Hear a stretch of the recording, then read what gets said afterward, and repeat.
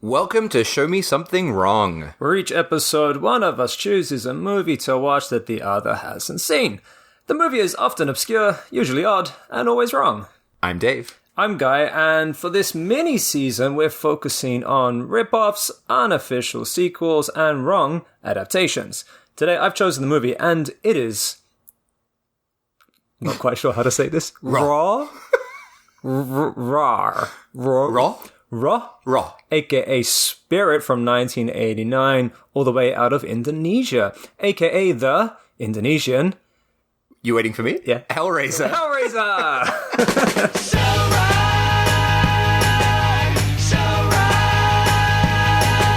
Well, as is the way with this mini-season, we just got to talk about our relationship with the Hellraiser series, don't we? Oh, that's exciting. I love Hellraiser. Me too. I'm glad you love it too. I fucking love Hellraiser. I really fucking love it. And for this, I think maybe you did as well, for this episode, I rewatched the original. Which I kind of felt like I watched it twice because the Indonesian Raw is so much like yes, it is. Hellraiser. It is a scene-for-scene rip-off. But fuck, it's a great film. That first film in particular, I fucking love it so much. I forgot how much it makes me feel sick, that movie. There's so many really genuinely upsetting moments in that. Like that bit where the Kirsty, is that her name? When she comes back and...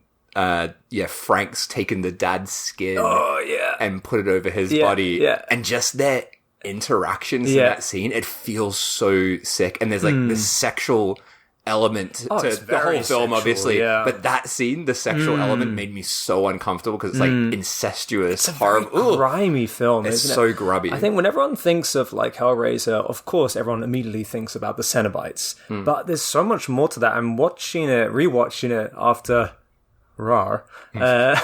One of the things that I really felt, especially after watching Rar, was all of the emotional depth to it as well. Which is not in the Indonesian one, but not at all. The Julia character, like her journey is so unsettling and the way she changes throughout that film. But it's like a constant, like, internal conflict, and she's going through emotional turmoil the whole time, but like I said, changes halfway through. There are a lot of very sexual undercurrents throughout the entire film, but just the stuff that isn't so, in your face, or like the subtle themes and the emotions in there, I really, really enjoyed. Yeah, and there's so many great like performance points that I hadn't really thought about until watching it this time, both for Julia, but also the father character. Larry? Larry,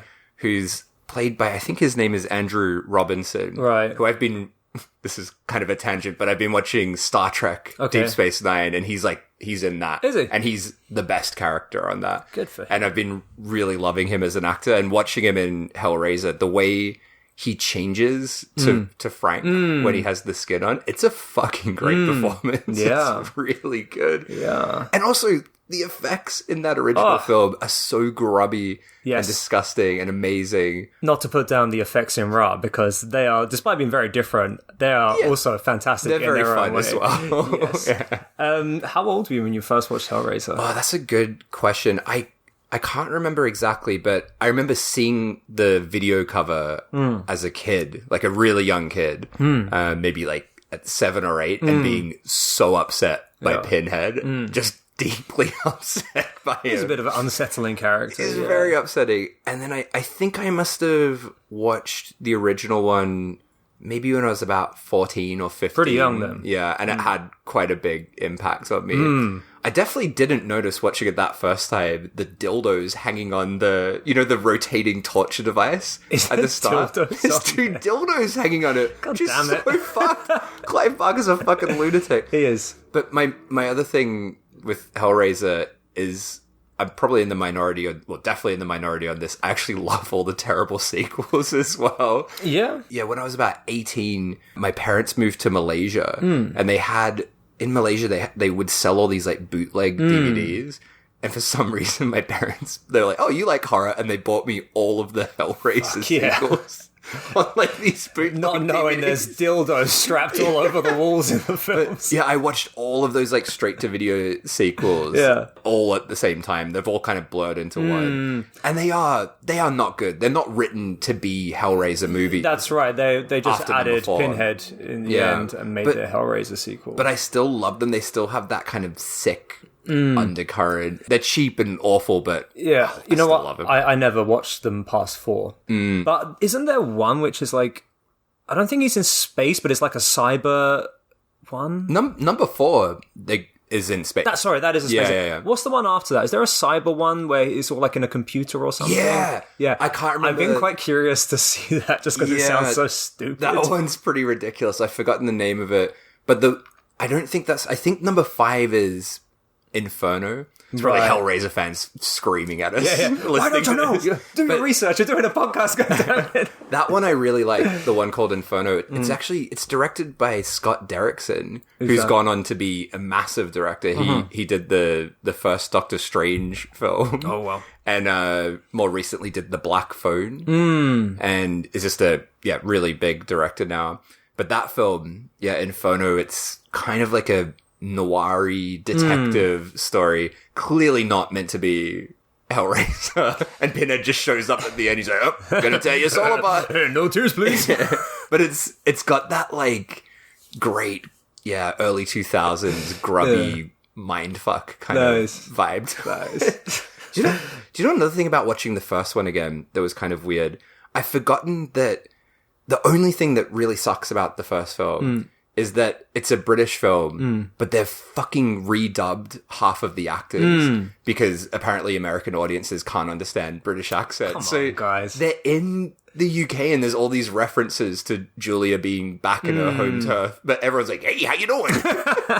But not everyone. Some people are British, but most people are dubbed. It's really awkward, that aspect of it. It's not enough to ruin the film, obviously, but it's kind of strange. Yeah, it is a bit odd. I actually didn't see the first 2 Hellraisers until a little bit later. The first Hellraiser I saw was number 3. Oh, right. And reason the CD being, one. I fucking love that CD throwing man. He's so good. He was like always one of my favorite Cenobites. But I don't know if you remember, I've mentioned it on this podcast before, that when I was like 12, 13 or something, my friend's mum used to fuck the owner of a secondhand video shop guy. I thought you were going to say she used to fuck the CD man. guy. That would be distressing. In costume, flinging out CDs. What should we put on next? Just imagine that like American Psycho scene with the CD Cenobite flexing his muscles. No, so because like our friend's mum was fucking this guy, he used to let us buy all of these 18 rated tapes, and we never knew what he was going to have. So it was like you couldn't pick and choose. You just had to buy whatever horror movie there was. And quite early on, we got Hellraiser 3. So that was the first one I saw, and fucking loved it. It's a fun Absolutely sequel. loved it. And then later, when I was a little bit older and had more access to films and my own money, I watched the originals, and I think the space one as well, maybe. But yeah, that was always like my, even though it's not the most highly regarded Hellraiser film, it's still one of my favorites. Yeah, it's pretty great. Even more so than the second, I would say. I know like the second is a fan favorite, but I love the third one. I really like the second one. I think it's a lot of fun, but for me, you just can't get close to that original one. I love the simpleness of that first one. Like it's all like in that one space. It's really gritty and grimy. And then the second one is just this huge, ridiculous kind of film. And it's still really, really fun, but I kind of don't want fun with a Hellraiser film. I want to feel a bit sick and uncomfortable. I know what you mean, because there are scenes in the original Hellraiser where it gets a bit too much with like the monsters that pop up, and those were the scenes I always just like didn't like. Yeah, is that like towards the end where you've got that scorpion? Yeah, I don't know what that guy is called, but yeah, he's a man. I don't know if that scorpion monster is a man or a woman, but like that is like the one Cenobite, if that character counts as a Cenobite. He just seems like something else entirely. Yeah, it just feels out of place, and It does take me out of it. But yeah, and then at the end, I think there's like a dragon or something flying around. I'm like, what's going on? It's like that skeleton demon thing at the end. Yeah. For me, those scenes was a bit too much. I just like to keep it simple. 4 Cenobites, that's more than enough. Yeah. But funnily enough, I actually met the majority of the original Hellraiser cast. There was a convention in London years back. It's going way, way back. And I'm not really much of a convention goer, but I was like, they're doing like a reunion, so that would be cool. So, of course, like, all the main Cenobites were there, apart from the female Cenobite, because she, like, denounces the whole film now, apparently. Because of the fact that she's credited as female Cenobite? Was that it? Is that the reason? Oh, no, I don't know. No, fucking hell. I don't know why. I think just that she hated the content or something. I heard various rumors or whatever, but she became a teacher after this, and whenever, like, her students would ask about the Hellraiser film, she would get really fucking pissed. Wow. Apparently. That reminds me of the kid that played Danny in The Shining. Is that the character's name? Danny the kid? Yeah. And he became a university lecturer. And apparently, if anyone would ask him about The Shining, he would, like, fail them. Seriously? He absolutely hates any connection to that film. He didn't even know it was a horror film, did he? I don't think so, yeah. I think they sort of just, They shot it as if it was like a drama. Around. Yeah. And then when he was an adult, he was like, what the fuck is this? But yeah, so that's why in the sequel, the female Cenobite is different. So anyway, so the main girl wasn't there. The female Cenobite wasn't there, but the Julia character was there. Oh, wow. Fucking Clive Barker was there. Cool. It was really weird. Clive Barker wasn't, like, in the best of health. I don't really know the ins and outs of what's actually wrong with him, but he's not a healthy fella from what I hear. Right. And so when it got to the day, I was like, I'm going to go and, say hey. And I bought, like, a laser disc, right? Because it was like, I needed something with a big enough face to get signed by all the cast. And I was like, so I bought this laser disc and went up to the Clive Barker, like, booth, I guess you would say. And the whole thing was like a maze. They had, like, put up all of these walls so, like, you couldn't see in from the outside. And I was like, what's going on? It's like real Hellraiser style. Yeah, right? And the staff were like, he's not very well, so he can't sign his name properly. Huh? And I was like, okay. So he's like, so he's just going to sign it like CBs, but if that's all right with you, you're welcome to carry on and purchase your signing ticket and this and that. And I was like, okay, like, sure. It's fine. Yeah. CB's all right. And then, so I was lined up and I got to, when I got to him, his pen was, like, taped to his hand, right? I had this big marker and it was, like, taped to his hand. But apart from that, he seemed absolutely fine. And he was, like, the nicest dude. He was chatting to everyone. He signed his name, like, fully, not just in CB. So I guess, like, he was feeling in the mood. The pen was taped to his hand? Yeah. Sorry, I shouldn't laugh, but what the fuck? Yeah. And he was, like, shaking everyone's hands and he was just like, he was like, what's your name? Shaking their hands with the pen? No, with the other hand. But it was like, what's your name? I was like, guys, nice to meet you guys. And we were talking about laser discs and stuff. And he was like, the quality on these are pretty good, aren't they? And I'm just like, Clive, mate, I'm not going to lie. Don't have a laser disc player. He was like, why the fuck do you have a laser disc then? I was like, it gets signed by everyone. He was like, what? And he just didn't really get that. But yeah, it was a nice, it was really nice meeting all the cast. The Julia character was really, really friendly. And also the Kirsty lady was there as well. You mentioned about the accents. And the Julia character is also dubbed in American, right? Is she not? Her accent's British in the film. Oh, okay. Yeah, I don't think she's dubbed. Right, mate.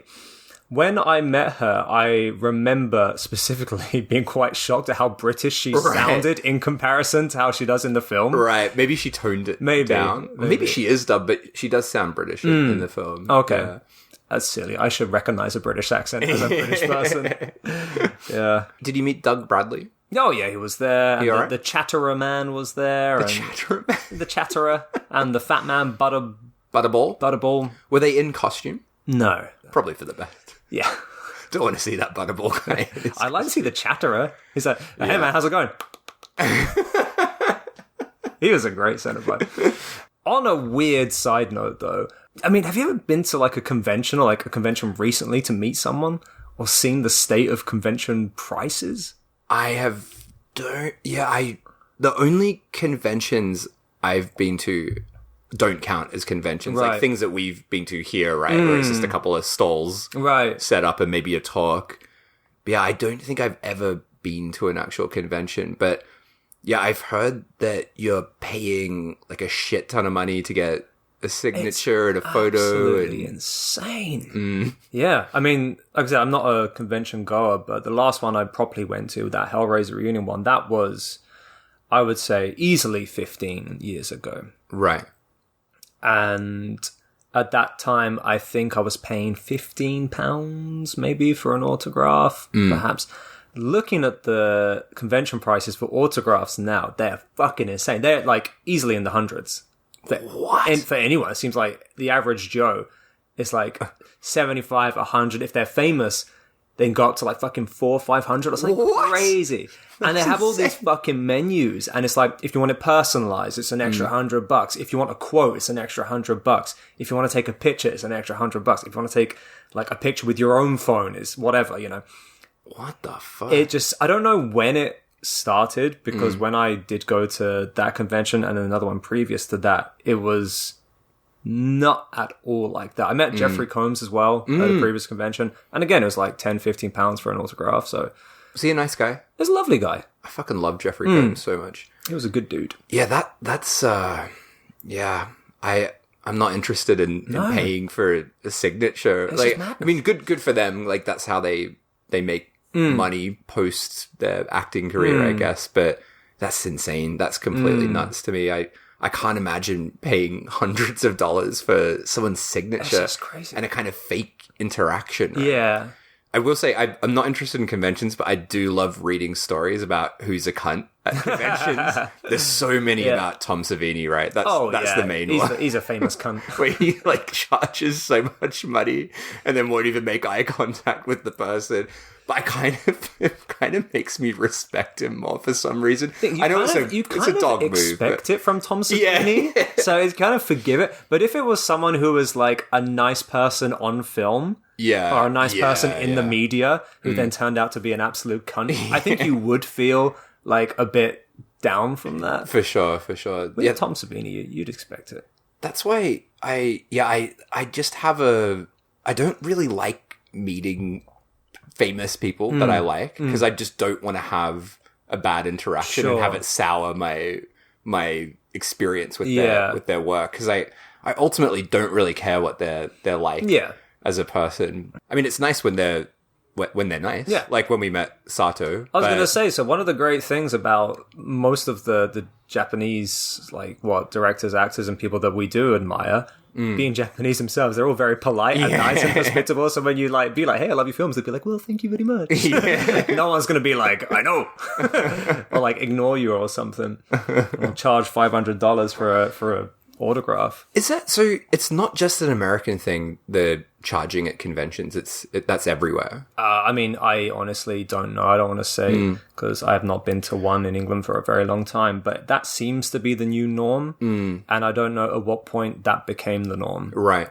Because I've been to talk events and movie screenings where the director's there and they've signed things and they're not charging for it, right? It might just be a convention thing. Yeah, purely for conventions. Yeah. Did I ever tell you about the time I went to a Joe Dante talk?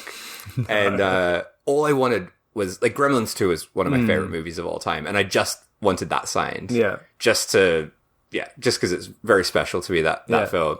So he did a talk. Afterwards, there was like a small line of people getting stuff signed. But the cunt in front of me had bags of shit that he was getting. It was insane. And I see that so much at events where they're just getting every single fucking thing that they fucking own signed. And I was just there with my Gremlins 2 DVD. That takes a piss, doesn't it? Joe Dante was so polite to him, but he's just like, oh, you got a lot of stuff to sign here. I don't know if I can sign all of it. I'll try my best. And he's like, but he did it all. He's just signing everything. Jesus. It was absolutely ridiculous. And same with Tsukamoto. I went to a screening of one of his films in Australia. And afterwards, I wasn't even getting anything signed. I just wanted to say, like, how much I enjoyed his films. And again, a guy in front of me just had everything he owned. And like things that he didn't even direct. Like he had Itchy the Killer and he had this and that. It's like, God, Jesus Christ, mate. just get one thing. You don't need everything signed. Have some sort of self-restraint. Yeah. And like the way a lot of these people I watch doing that, they're just sort of silently just getting everything signed, just sort of staring off into space. Like that's all they want. They just want that signature. They don't really care want an about interaction the or a moment. Or that's a bit sad. What did you got some stuff signed by Sato when we saw him, right? I got the Eyes Dream. That's right. Blu-ray signed. I think that was just it. Yeah. I got my movie pamphlet of Soft Skin signed, and he's just like, "Where the fuck did you get this?" Yeah. What did he say? Only maniacs have this. Yeah, that's right. Oh man. Speaking of it, I'm going to Tokyo. This is so off topic. I'm going to Tokyo next week, and his debut film just got released. So I'm going to see if I can get a cheeky sig on that. Nice, if possible. Yeah. Can you take my copy along too? Yes. All right, let's get into it. So with Raw, aka Spirit from 1989.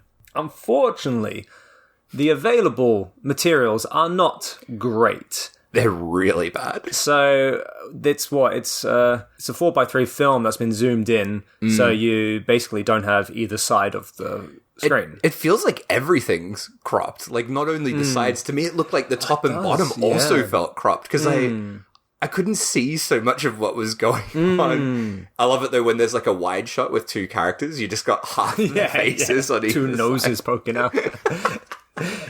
So we're working with a film that we can only see, a certain amount of. Not only that, the subtitles are a bit funky. Now, the available subtitles, there are two different versions.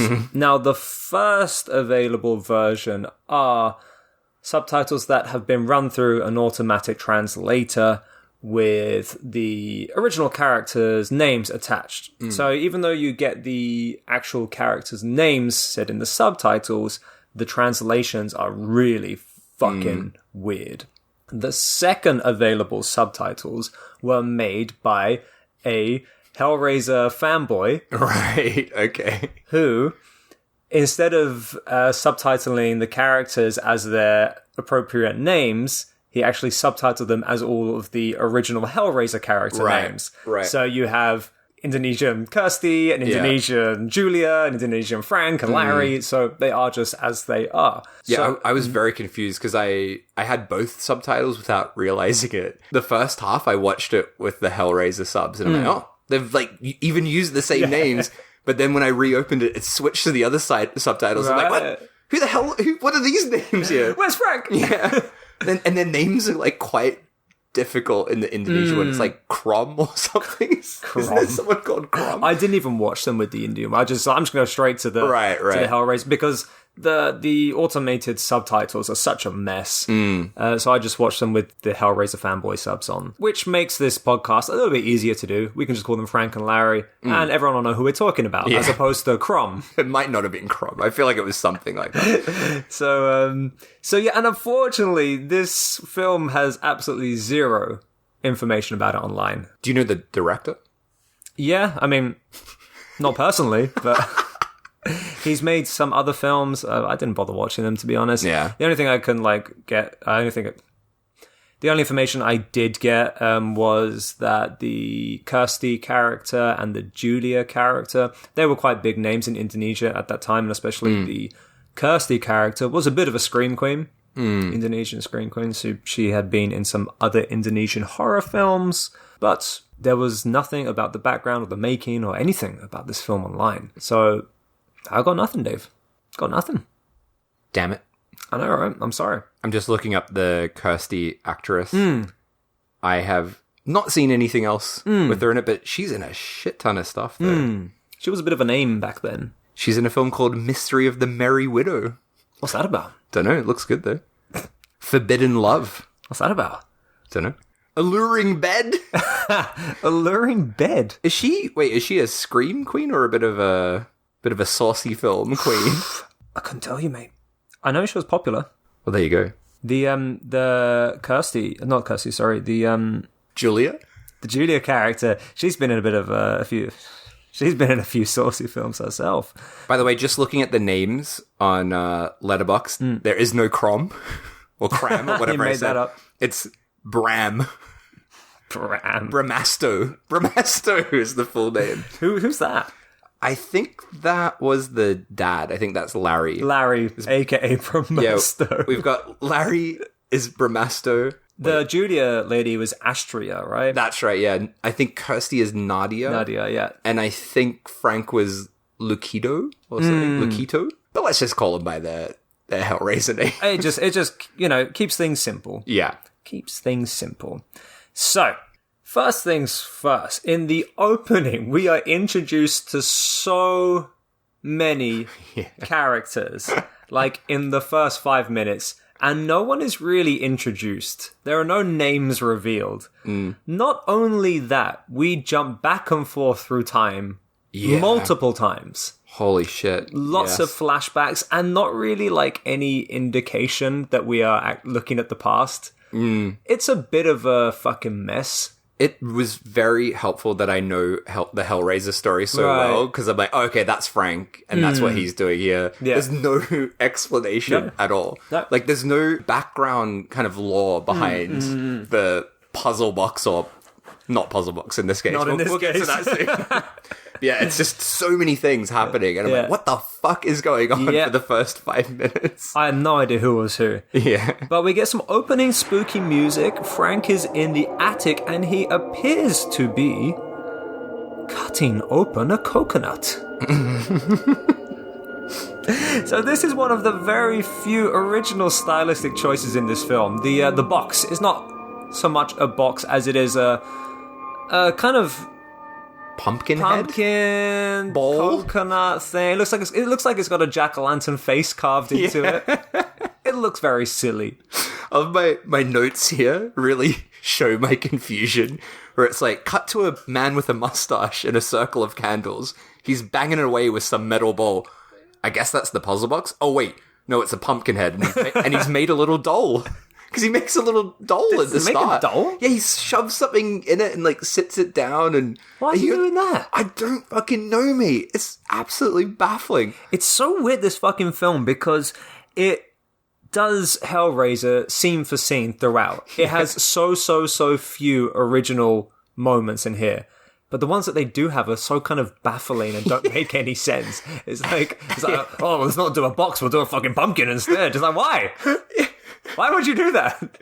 And also, like, he's not explained it at all. So he's just like, what are you doing? What is this thing that you have? Making dolls in the attic? And as you say, blow for blow, they've told the story, but they've not recreated the two most iconic things about Hellraiser. No. The puzzle box and Pinhead do not exist in this version. Well, Pinhead kind of does, but we'll get to that later. Yeah, we get a flashback of him getting the pumpkin from the man, which happens in the original. The original, he's like, it was always yours to begin with. But in this one, I think he just gets a pumpkin. And then we meet our Kirsty. She gets a phone call from her dad, Larry, to come back to the house with her new boyfriend, and everyone is very happy. Frank is still in the attic, and he has somehow got his pumpkin to work. Lights fly out of it. It starts to glow. Smoke comes out of it, and we get the chains flying in from off screen, latching onto him. He screams, and we get our title card. Raw. And then we get the titles, the opening credits, which surprisingly have like no music or anything to it. Yeah, total silence over those credits. Silence with just red writing on a black background. Yeah. Very awkward, I would say. I also loved that because of the screen being cut off, the title was just Yeah. Yeah. It's a bit of an odd opening and quite confusing. It was a hard watch, I'm not gonna lie. For the first what was that, 5 minutes or something at the start? It was so chaotic that I was just like, please don't let the rest of the film be like this. I need a break from this. It felt like an hour worth of material shoved into 5 minutes. Absolutely. And then we cut to our opening, and it's the dinner party with the whole family. As in Hellraiser, Julia excuses herself when Frank has been brought up, just like in Hellraiser. And then we get our attic shot of the pillar with, like you said, the dildos stuck onto it. No dildos in this Indonesian one, sadly. Unfortunately. So they should have increased the amount of dildos. It's spinning around just like in Hellraiser. It's got chains, hooks. It actually looks pretty cool. Yeah. I think. Yeah, it looks, it's like a fun budget version of what you see in Hellraiser. Yeah, it latches onto him. And then we get the hand off screen rearranging the chunks of flesh into like a face. That happens in the original. Yeah, that happens in the original. Here, it's not really explained what's happened, though. Yeah. That's the thing. Yeah, we haven't seen any of the Cenobites, right? No. So it's just like, what's happening? Whose hand is this? Who's doing this? Whose body parts are these? We don't really know because it's so chaotic. In Hellraiser, it's pretty disturbing when that face gets put back together in the start. In this, it's just sort of like these eyeballs, like cartoonish eyeballs lying around, which I kind of loved. We get more flashbacks after that of Julie and Frank doing the deed, and that is intercut with Larry cutting raw meat. So we're having this flash back and forth of fucking and chopping this raw meat. That was gross. That was a bit nasty. Yeah, it was pretty grim. I like it. But very visceral. Also, in the original film, that scene where Julia goes up and looks in the attic, sees all the stuff left by Frank, that flashback is amazing. Like we said about the character building in that, it's so beautifully told, and you know everything you need to know about their relationship in a very short space of time, and it's extremely emotional. There's layers to it. It's very dark, but also quite strangely darkly beautiful as well, right? This film, it's just it's just going through the motions. Yeah. Oh, Frank. Oh yeah, I fucked him a couple of times. It's there's no depth to this at all. No, not at all. But I do like the cutaways to the meat. That was quite fun. That was good. And this is one of the other few original moments in this film, or the things they changed up. So in the original Hellraiser, they're moving into their new house. Larry's trying to carry this sofa, and he scratches his hand on a protruding nail, which then starts to bleed, which then triggers the whole reanimating of Frank, right? In here, he cuts himself with the knife. Very stupidly as well. He's just banging away with this meat and it just chops his finger. What a fucking moron. And what is he making? That meat looks absolutely fucked. I don't want to eat whatever that is. Also, on Larry, Larry in the original film is a great character as well, because he's not a bad guy, but he's very hateable. He's just such a dork. He's such a dad. Yeah, he's a dorky dad. Yeah. And you understand why Julia is doing what she's doing. Yeah. He's not totally unsympathetic or anything. He's very realistic. Yeah. The Larry in this film is just a nice guy. It removes that kind of that tension in the relationship with his wife. Yeah, that's a really good point. Not to be shitting on this film nonstop, but it's a very stripped back, mindless remake of Hellraiser, where they have not understood any of the emotional depth of the original film. It is just going through all the scenes. Yeah, and that's what it is. It's like someone just telling you the scenes, but leaving out all the stuff that makes it good. And that's the thing with this film. There's so much filler. It feels like there's so much filler because there's no emotional depth to anything. And it's here's the next thing, and here's the next thing. Yeah, I know, and all you're doing is just watching all the scenes that need to be there because it's a Hellraiser ripoff. But like you said, they've forgotten the most important thing of having any sort of fucking depth or any kind of tension in there. That's such a good point, because there's scenes where it's this actually didn't need to be in this version because you haven't set up why this is an important scene. You're just showing it because you have to. Yeah. Fuck. I really want to know, why they made this. Because, we covered in the previous episodes, the ripoff movie was made because the original hadn't come out yet, or because of the demand from bootlegs from this other country. And so I wonder under what circumstances and for what market this was made for. This is 2 years after Hellraiser, right? This is 89. I think Hellraiser is 87, I think. So. Yeah. So it's clearly being quite quickly produced after it to cash in on Hellraiser. Astria? Astria! So yeah, he goes up to the attic where Julia is waiting, of course spilling blood everywhere, kicking off the whole process of bringing Frank back to life. And just in classical Hellraiser fashion, we get those awesome arms coming up from the floor, liquid rising up through the cracks. We get some dodgy stop motion, like reverse stop motion, which is kind of cool. Like in the original Hellraiser, it's like reverse melted footage, right, of the corpse melting away and then coming back to life. But in this one, it's like a weird stop motion thing, like piece by piece coming together. I loved it. It's so wobbly and shitty and stilted.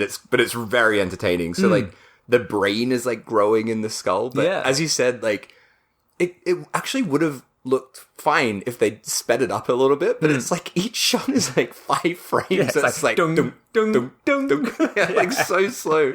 I also love in this, there's like a lot of cutaways to rats just watching it, and they're like, fuck. They're like hating it. Like, whoa, what's going on here? Yeah. It's a lot of rat content. There is. And I also love his scream. There's like no like pain or anguish to it. It's almost just like a, oh, I'm back.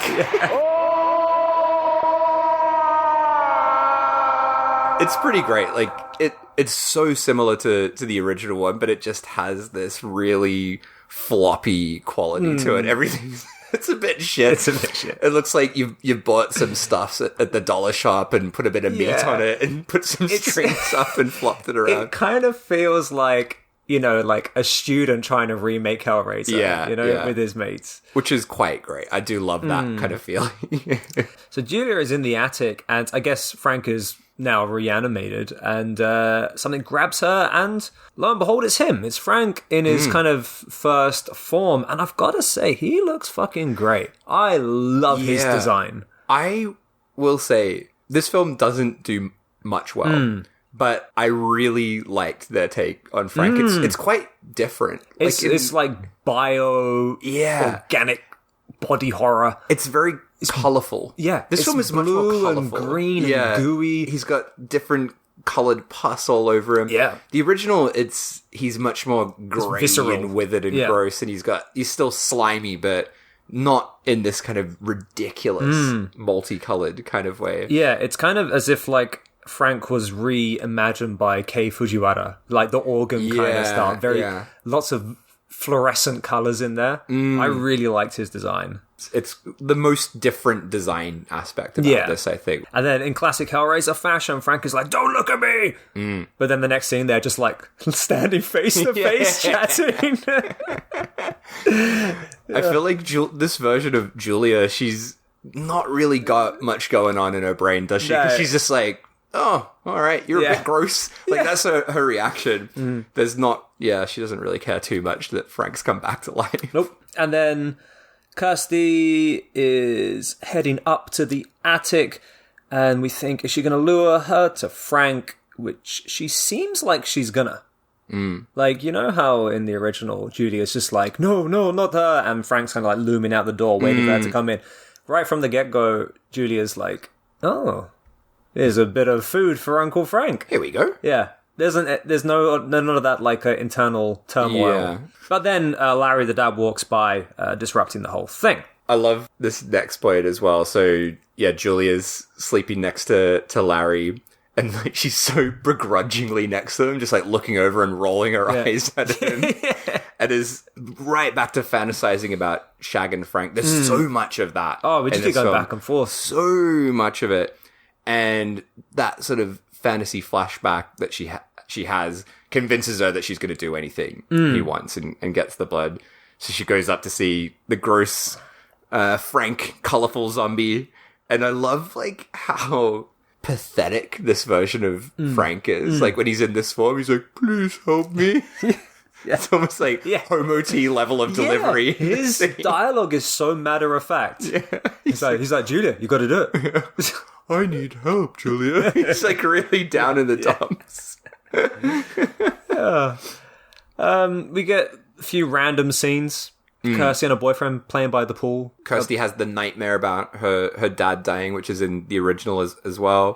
Yeah, so she visions her dad getting stabbed in the chest. Yeah.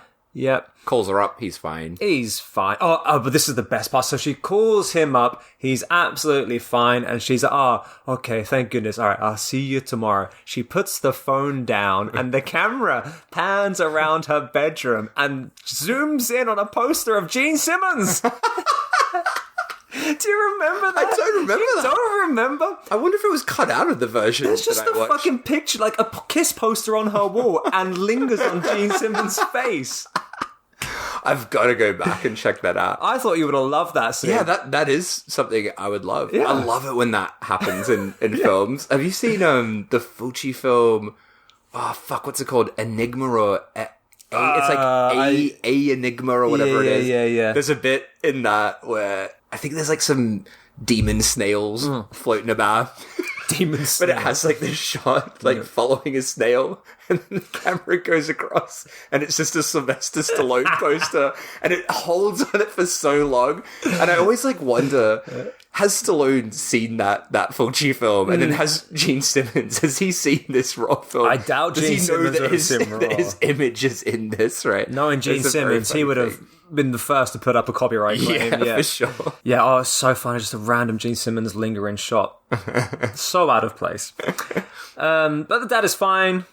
And Julia is now out on the prowl for men to bring back to Frank. Now, can I go on a tangent about the men in this film? Please do, because they are very distressing. Yes. And I will say the original film, sorry to keep going back to it, but the first guy that Julia picks up, it's very upsetting. It's because intense, yeah. he's not presented as a sleazy, gross guy. He's just sort of a little bit introverted, nerdy guy, and it's very upsetting, like, to see him die. All of the men in this are absolutely fucked. They're like sleazy nightmare men. And did you notice?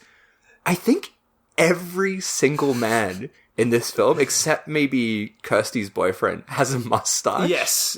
There are so many mustaches in this film. All of like different shapes and sizes, mostly quite thin and sleazy looking. One has like a fucking John Waters mustache. I was thinking that. But I've never seen so many fucking mustaches in a film. What was happening in the late 80s in Indonesia that they loved mustaches this much?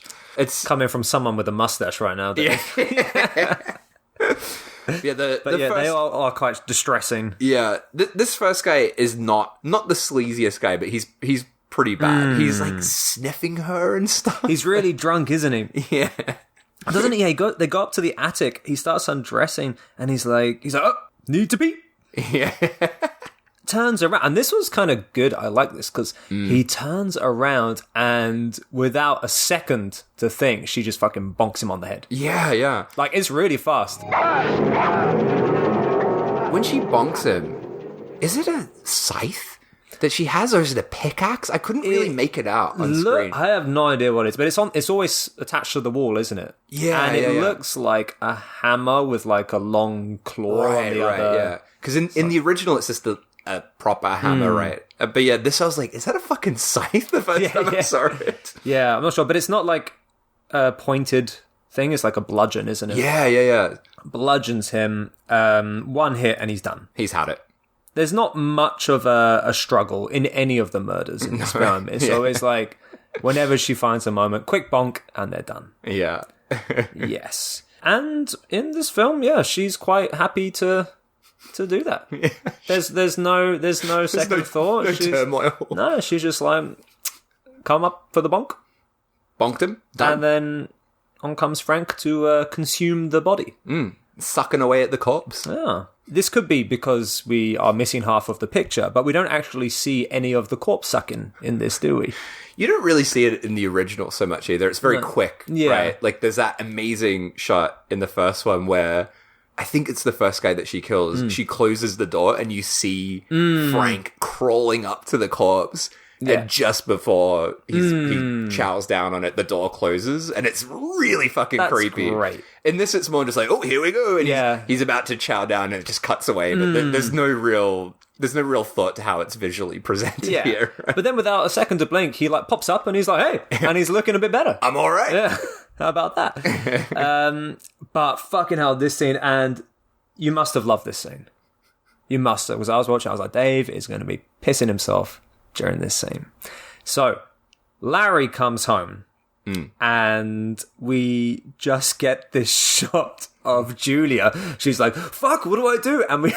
And she just runs through the living room holding this deflated corpse, and his legs are like flopping around. And it's like this deflated rubber doll with his feet bouncing, and we never know what she does with this body. She just goes from one room to the other, and then that's it.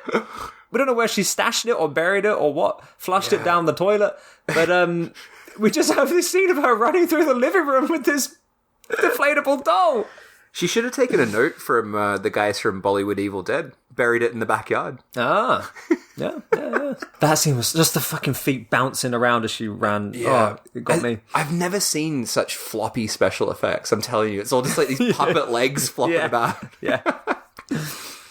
Oh, dear. Yeah, she's in the bathroom hiding from Larry. And she's like, I'm not feeling very well. Larry's like, you want a brandy? Mm-hmm. Which is another nod to the first one. Yeah. But, how is that such a... Why would you want a brandy when you're feeling sick? Of all the things to drink, I've not once thought when I'm feeling sick, you know, what would sort me out as a fucking brandy. No? Just me? No, I would, yeah. Anyway. To calm yourself down, sure. A brandy? Yeah. Yeah. I used to love a little brandy after a hard day at work. What about when you're sick? Not when I'm fucking sick, no. What would be the worst thing to drink if you're feeling sick? Brandy's pretty bad. Cum. Fuck. You've become the cum man on this podcast. You do way more cum jokes than me now. I was going to say milk. I was going to say eggnog.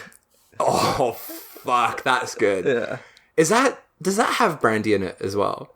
I feel like it might, right? I'm not sure. That's the worst combination. Milk, eggs, cinnamon, and a bit of fucking whatever alcohols that would be. I mean, eggnog, even when you're feeling well. I've never tried eggnog. Just the name puts me off. Eggnog. The word nog is disgusting in itself. Like, what is a nog? What does nog even mean? Are there eggs in eggnog? Yeah. Ugh. Yeah, you like smash up the eggs. That sounds awful. You put them in, put a bit of milk. What's a nog?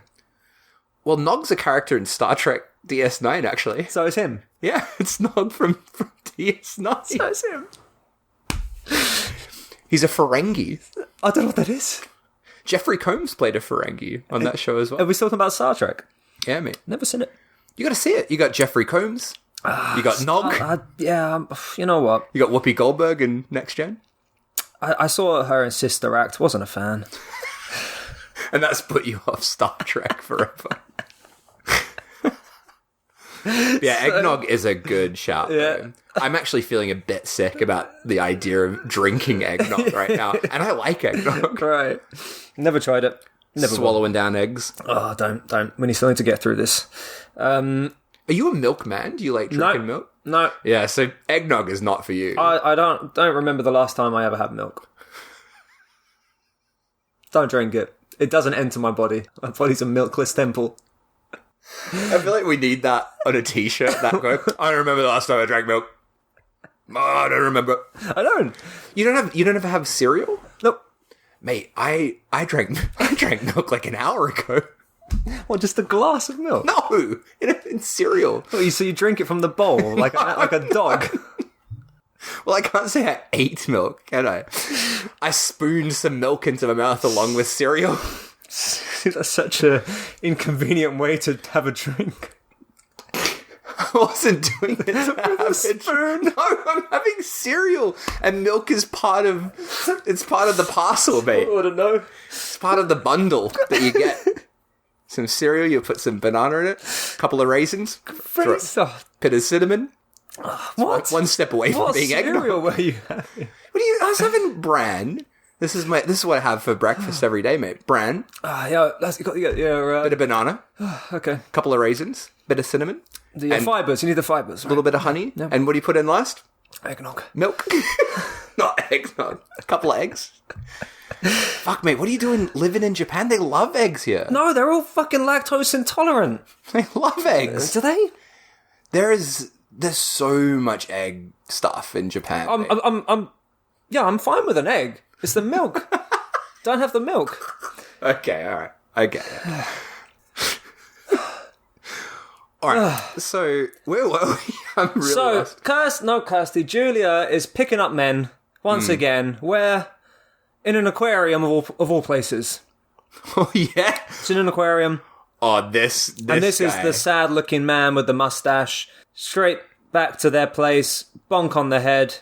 One hit and done. Can I just say there's a few great quotes in this bit, at least in the subtitles, where they're talking about fish because they're at an aquarium.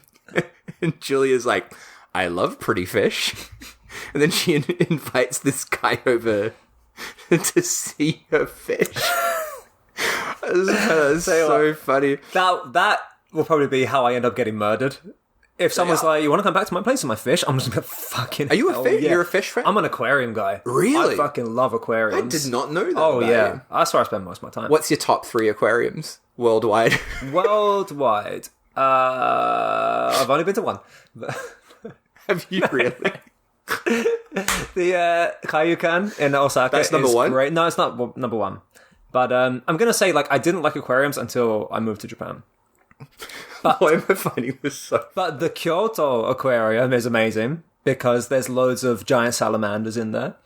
But the Kaiyukan is fantastic because there's an amazing jellyfish exhibition. I'm all about the jellyfish. They're pretty great. And those giant crabs. Giant crabs, giant isopods, anything giant. I love it.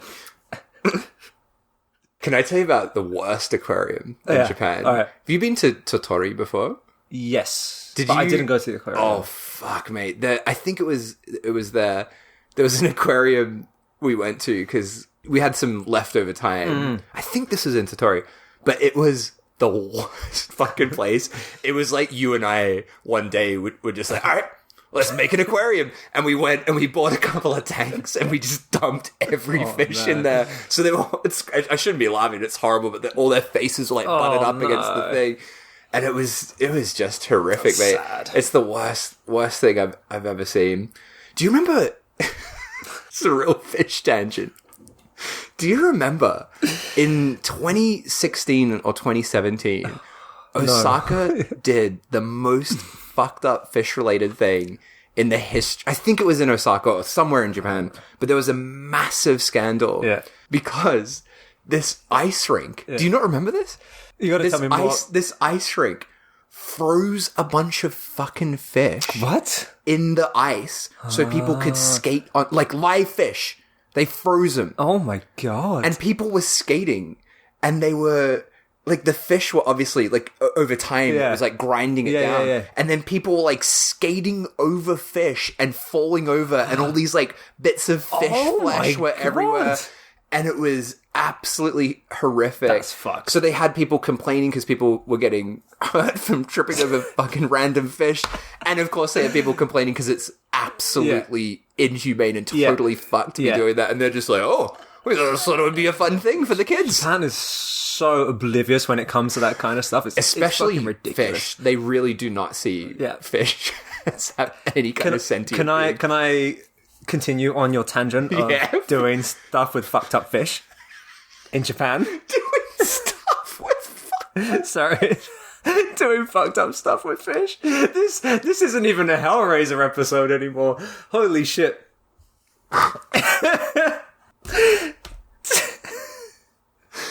Go on. I want to hear about your fucked up fish No, it's story. not my fucked up fish. Something scrolled across my Instagram feed the other day. And I took a picture of it because it was so upsetting. Oh, God. And I was like, I have to show Dave this. So I took a screenshot and I'm going to show it to you and I'm going to ask you to have a read, okay? This is fucked. Do I have to read it out? Here you go. Here's my phone. What the fuck? is this allowed on Instagram? So what I'm seeing is a video cover. It's a VHS. And there's a man with an erect willy, a lot of pubic hair, and he's fucking a fish's mouth. And the title...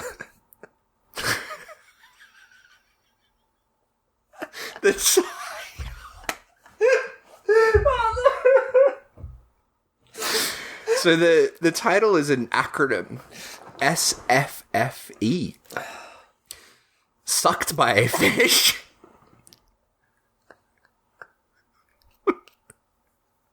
Fucked by eel. Sorry, I'll say it again. We're trying not to laugh. Sucked by a fish, fucked by an eel. And what I really like is that there's also katakana above the English. Who's that for? Who's that for? I know, right? Oh, man.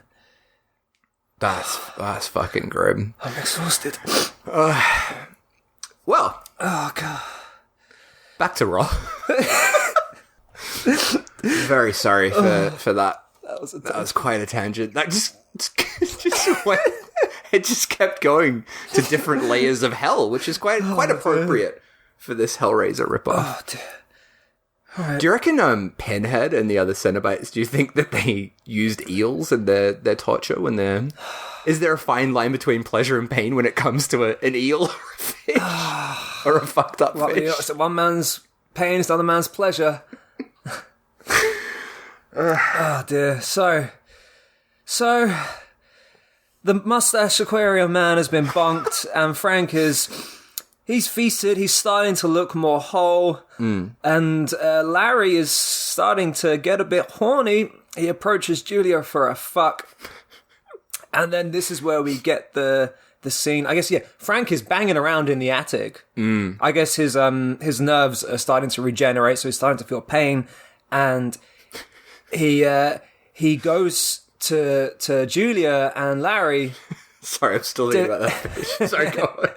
Who are mid-fuck, and we get that scene. He's gonna stab Larry. He's gonna kill Larry, right? And again, in the original Terminator, we get that huge build-up of him, like, approaching the bed. You're still laughing about the eel, aren't you? You see the original Terminator? Did I say the original Terminator? Yeah. Fuck! You've lost your mind. It's that fucking fish. He's finished me off. In the original Hellraiser, we get that build-up of Frank approaching the bed, and Julia, like, screaming no, and Larry not knowing, like, what's going on, and he's like, oh, you're so hot and cold, I don't know what the fuck you're thinking. It's a very layered scene, and in here, she just goes, no! And then he's like, okay, and he leaves. There's not much to it. But, yeah... No, Julia, she's had enough. She doesn't want to bring back any more bodies, but Frank insists. How would you describe he looks now? He's a bit more full. He looks a bit like a pepperami, I would say. Like a what? A pepperami. The fuck is a pepperami? It's like pepperonis. What the fuck? It's like a pepperoni, like, lunchbox little thing. Did you know pepperonis where you were from? Gonna have to Google this. There's like a little stick of salami. Pepperami. Yeah, he's a bit meaty. I'm only getting pepperoni pizza, mate, when I look up pepperami. Oh, is that what it's called? Oh, hang on, here we go. Pepperami, not spelt how I thought it would be spelt. No, it's your fault then, isn't it? You know what? I remember eating things of this type when I was a kid. I don't know if they were called this in Australia. Right. Yeah, he does look like that. He looks like a pepperami, but with a bit of, like, paint splashed on him. Yeah, painted pepperamis. And, yeah, so he's insisting. He gets more people to feast on, and we get this fucking baffling scene of Julia picking up another guy. Someone comes, speeding past on some sort of vehicle. Yeah. I'm not sure what it is. It's like a little bike thing. I have no idea. I was wondering if it's like one of those like carts. Yeah. Like a man pulls along. Yeah. What are they called? One of those. It's one of those. I only know what it is in Japanese. I don't know what it is in English. My brain is just full of fish right now. So I cannot remember the name of it. I'm going to search it. In English, in Japanese, it's jinriksha. But... Oh, rickshaw. There you go. It's a rickshaw. Brain. There you go. My fish brain got it. Good job. Can I just say about this guy that she picks up? This is a big moment for the film. Yeah. And I'm kind of shocked that you've missed the big twist here. There's a twist? This cunt doesn't have a mustache. That was the twist.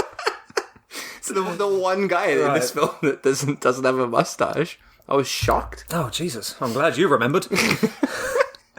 But he's like some drunk cunt and he like slaps the driver and he's like, drive, take me somewhere or something.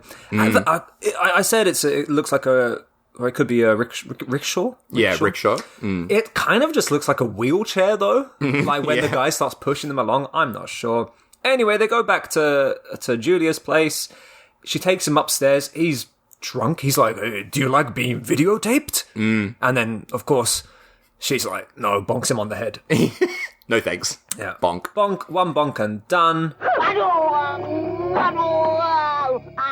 Frank slurps away. Doesn't Kirsty run in and see him slurping away? Yeah. And he grabs her, because he's going to have her as well, I guess. And she punches him in the gut. And he says the awesome line, shit, that's not cool.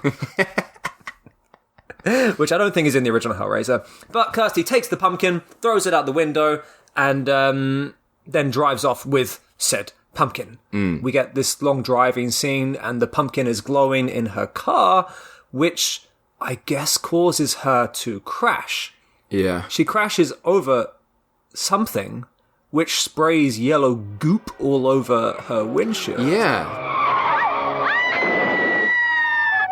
Very confusing stuff. Very confusing. All of that action in that scene is very confusing. She throws the pumpkin thing out the window, but then she's got it. Then she's in a car. It's like, what? Why did you make this so complicated, this scene? But is that not in the original one as well? Like, she throws the box and then we get, like... I guess it's a case of, like, it might be doing the same thing, but not well. Yeah. So it's confusing. So that's it. Nothing's confusing in the original. Don't quote me on this. I don't remember exactly, but I think what happens in the original, she throws the box out the window, then she runs to her car and picks up the box in the drive on the way. But in here, we don't get that pickup scene. So we're just seeing her throw a pumpkin out the window and then driving. Yeah, very confusing. But she wakes up in the hospital and the doctors are like, hey, what's with this pumpkin? What's up with this? Which is interesting. They don't ask about the car crash. Yeah. They're just like, hey, how about that pumpkin you have? Yeah, what is this? Like, what is this thing? But they leave, the walls start to fracture and open up, and she's like, I'm just going to go inside, because that's what Kirsty does. We get this long kind of narrow corridor, much like the original. We mentioned before in the original, this is where we get that strange scorpion monster thing. That kind of... It's kind of like running with its legs, like... The top of the walls, right? Yeah, like sandwiched in between the walls and like pushing itself along. I always just didn't like this thing. I just think it looks stupid. I'm not a fan of it, yeah. But in this one, we have the fat Cenobite instead. Butterball. Indonesian butterball. Yeah, which I think, even though he's not a very good Cenobite in the Indonesian version, I prefer his presence in this scene rather than that scorpion running thing in the original. Yeah. Anyway, she runs away. She goes back to the hospital room. Butterball is too fat to squeeze through the gap, which is quite fun. And then they all appear, all the Cenobites. But, like you said, no Pinhead. Yeah, the version of Pinhead in this is just a lady that looks like she's dressed up to go to a goth club. Like, there's nothing really Cenobite-y about her. In my notes, I was like, that looks like the singer of Sisters of Mercy. Yes! Yeah, that is very accurate, yeah. We do have, one of the Cenobites is more like the female Cenobite, where they've got the piercing through a the mouth in this one, but no ripped open throat, right? And the chatterer equivalent in this is so funny. So like, in the original, of course, you have the chatterer chatting away his teeth. In this one, we got a guy who's going ho ho ho ho ho ho ho ho ho man. Yeah, but yeah, that's a controversial decision not to include Pinhead in a Hellraiser. Maybe they were just like, I don't know how to do the makeup for this. It's going to take too long. We'll just put this Sisters of Mercy lady in it. I was thinking maybe it would just be too on the nose. Possibly, yeah. I wonder if they were still trying to get away with. Yeah, maybe they thought they'd get sued or something if they put Pinhead in it. Yeah. Now, by this point, at some point, we don't know when it occurred, but Frank is now wearing Larry the Dad's skin. And we get that scene, like you said at the beginning, Kirsty comes home and we get that really gross father-daughter interaction. How did that work for you? Was it as gross as the original? Definitely not. This is like, again, it's just doing the scenes blow for blow and doesn't have any of the sort of icky undercurrents at all. Yeah. Yeah, not very effective. Yeah, she goes upstairs. There isn't much of a struggle here. I don't think she realizes that her dad is now Frank at this point, but she goes upstairs to the attic for some reason, which is not explained. And all the Cenobites are around. They drop the line, "I'll tear your soul apart," because that's what they have in the original. And then Kirsty goes back downstairs, hugs her dad, and that's when she finds out her dad is not actually her dad, and he goes to stab her, but accidentally stabs Julia instead. Yeah, and again, this was a case of, in the original, it makes sense, like the way the action is set up. Yeah. In this, I'm just like, wait, what just happened? Yeah. I was so confused. Madness. And then they go back upstairs to the attic. Yeah. For no reason. I don't know what's going on. I guess Kirsty forgot that the Cenobites were there, who she just saw, 5 fucking minutes ago. After a bit of running around, she takes the pumpkin, and by this point, by the way, the Cenobites are not there again. Yeah. And she summons them with the pumpkin, and then we get the chains fly out, hooks in the flesh, in the mouth, which looks really painful. Yeah, that was good. Which was good. And he blows up.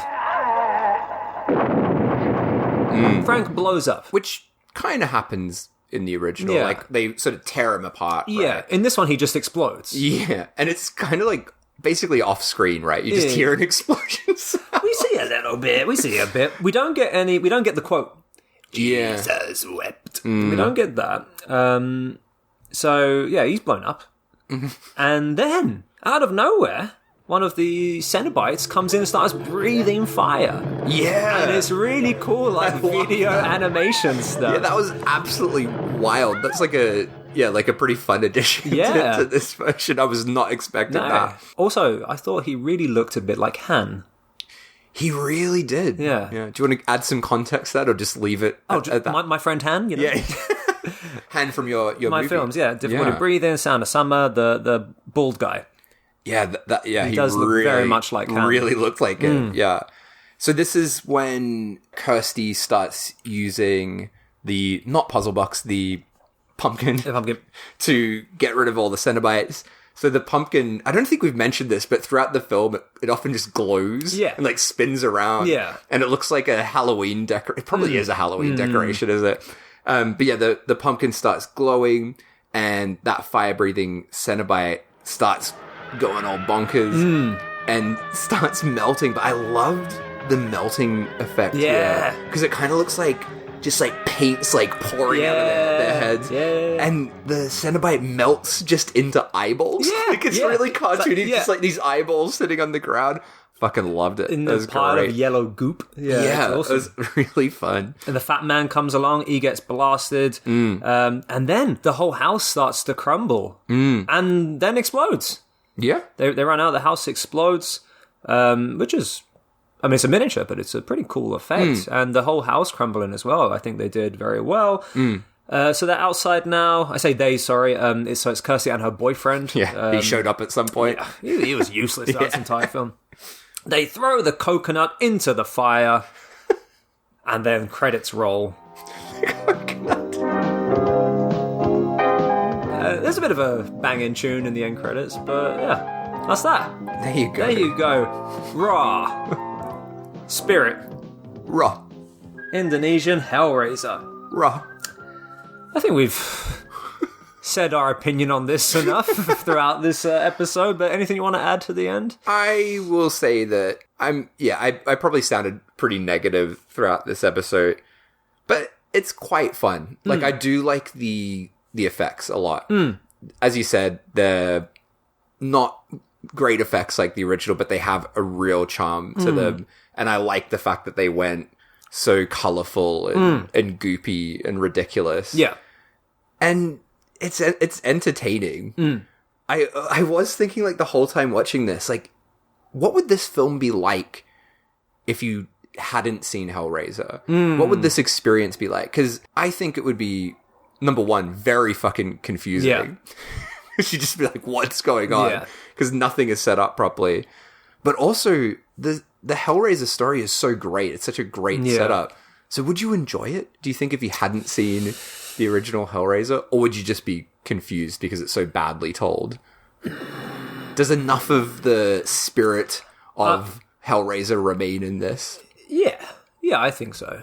I think so. I think it's a fun enough film to enjoy it on its own.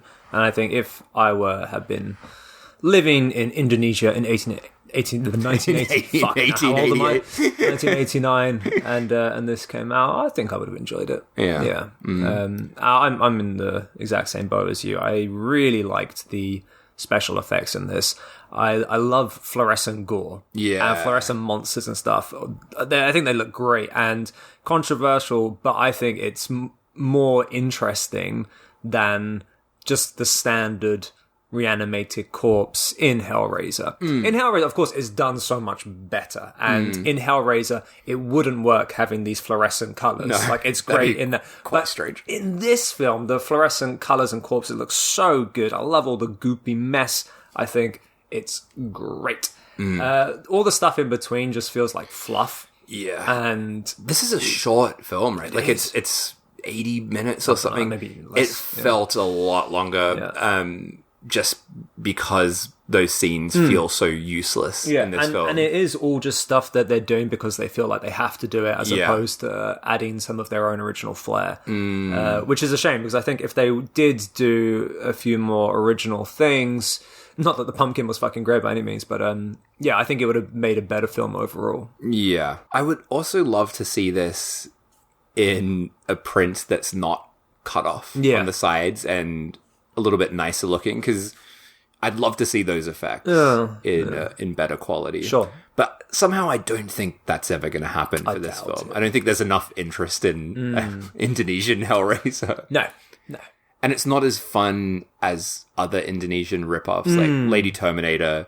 I don't think it comes close to the entertainment value in that. And it feels much, much cheaper as well. Yeah. But I think if you're a fan of Hellraiser, I think this is kind of a must-see. I think so too. Because there's a lot to enjoy. So much, like, of the original film, just blow by blow, as we've said.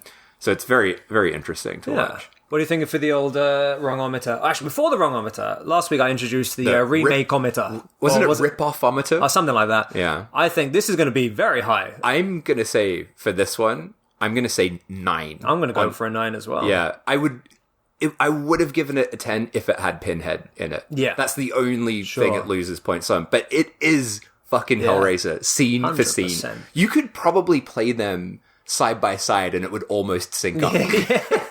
Yeah. 100%. 9 for the rip-off-ometer, whatever we called it last week. I don't remember. For the wrong-ometer, though, it's just not very wrong at all. No. I like the goop. I like the moustaches. It doesn't really... It's not related to the wrong, but I mean, Hellraiser. Rip-off points. They don't.